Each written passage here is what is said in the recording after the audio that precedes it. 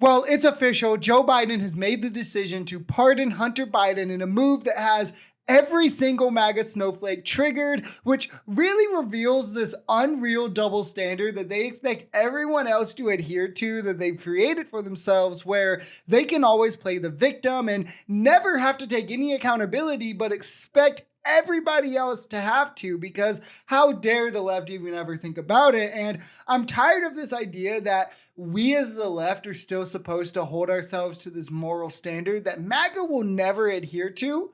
Like, they can still have the right to point fingers at us about things that they themselves are just going to shrug off or say is no big deal. As if, as the left, we're supposed to pretend that MAGA has valid critiques of Biden pardoning Hunter. Like, let's be so for real right now, right? First off, I mean, I don't care about Hunter Biden, right? By all means, he could be convicted of these charges, like he probably should be, right? And if we're speaking in just facts, however, he was convicted of a gun crime that Republicans don't even think should be a crime, and that is never prosecuted as a standalone charge, but was for him because of his last name, and for tax charges after he paid the taxes in full. But to pretend that MAGA actually has ground to stand on critiquing this when they're fine with Trump pardoning Charles Kushner, his son's father-in-law, or the likes of Steve Bannon and Dinesh D'Souza just because they were supportive of him, people who clearly did these crimes, who called for Biden and Harris to pardon Trump. Like, these people said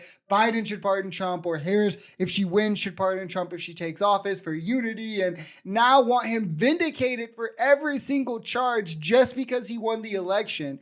They think that, oh, well, every charge should go away. He should be able to pardon himself and all of this nonsense with no accountability taken. Or they don't mind, for instance, Jared Kushner, his son, taking billions from Saudi and then aiding them to do genocide against the Yemenis. They want no accountability for them. None of this matters. No big deal, right? But how dare Hunter Biden get off for a charge that Republicans actively fight to not even be a crime? It really stems to the fact that Republicans wasted a bunch of time and taxpayer money for about 2 years trying to go after Biden, thinking he'd be Trump's opponent and wanting to dig up dirt against him. But we're largely unable to find anything against him, actually disproved most of the things that they tried to say were like, that they were going to find.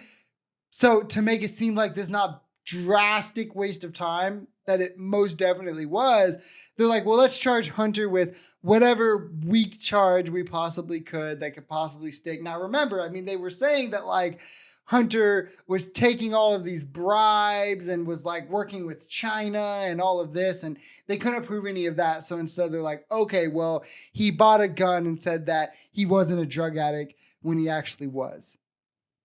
Another big talking point that I think is misinformation, but I see coming from the right a bunch about his charges, is comparing them to Trump and the pardon and comparing them to how Trump should be and all of this, which one of the biggest problems with that is where you can actually just look in the records and actually see that it's extremely rare for someone in Hunter's situation to get charged with what he's charged with in terms of like, he just like said he wasn't a drug addict on a gun and then bought one and whatever, when it's the only thing you did. Usually you accompany. And another bit of misinformation, but it's a common talking point I see the right using, is trying to compare Hunter's charges to Trump's. And one of the biggest charges you have with that is you can just look in the records. And I know a lot of MAGA's talking points rely on people not doing any bit of critical thinking or the least bit of research past surface level. Like, oh, that kind of makes sense when I hear it said. But one of the biggest problems with that is you can just look in the records and see that it's actually extremely rare for someone in a similar situation to Hunter with like no criminal record, no other charges being with it, to actually be charged with the gun crime that he was charged with. Like, you can see how who he was clearly led to this motivation. Meanwhile, for Trump's, I mean, you can scroll, and I'll show it on the screen, like a list of people. You can actually scroll through countless amounts of people who have committed exactly what he did, who have been charged with falsifying business records in the first degree. Like, people try to say like this isn't a real crime and it was made up for Trump, and it's like so weird. Like, for only Trump do these excuses get made, and for only Trump do we normalize them, because literally, like, the list goes on and on. Like you can go on and on and on and on about people who've been charged with exactly this, have been sentenced to prison for this. I mean, it is a felony. It's a serious crime, right? And it's no comparison at all. Like in similar situations to Trump, having committed no other crimes, like exactly what we're talking about here, and a lot less than 34 counts, by the way. Trump has 34 counts of this. And if we're talking about his other charges, I mean, if any regular person was charged with interfering with an election, they wouldn't be walking free 4 months later. I can assure you that, or 4 years later. I'm sorry. I can assure you of that, right? I think Hunter getting charged and convicted so swiftly compared to Trump in stealing fake electors in 2021, investigations starting in 2021 or 2022, and still having not gone to trial years later compared to Hunter getting put in trial within a span of months, shows that this victim narrative that MAGA is trying to create is just a frail and untrue one. And I mean, it should be no surprise to anyone, but Trump had the AG dragging his feet to prosecute him, got off with no jail time after 34 charges, after being held in contempt, after having 88 felony charges. Meanwhile, Hunter Biden swiftly convicted on the charges, right? I mean, the average Joe doesn't even get charged with these. So as far as I'm concerned, should Biden have pardoned him? Probably not. Do I care? No. Does it probably set a bad precedent? Sure. But the thing is, right, like anything that the right is going to say from this, that it's like, oh, well, now we can do this. Well, they were already going to fucking do it anyway. Like, we're not going to let him like live in this lie. I'm not going to like live in this world where it's like, well, now we're going to do this. Trump already pardoned all of his cronies before. He was already promising to pardon the January 6ers. So it's like, who cares, right?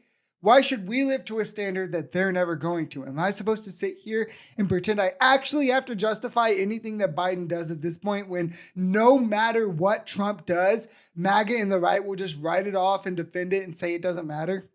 Like when Trump does exactly this, it's like, who cares? He's showing the deep state who's who and all of this and whatever. But now Biden does it and MAGA expects us to like get on our knees and suck them off for forgiveness. I mean, it's kind of outrageous. I get that Biden lied. Yes, it's a bad thing that he lied. As far as any conservative is concerned, however, I could not care less.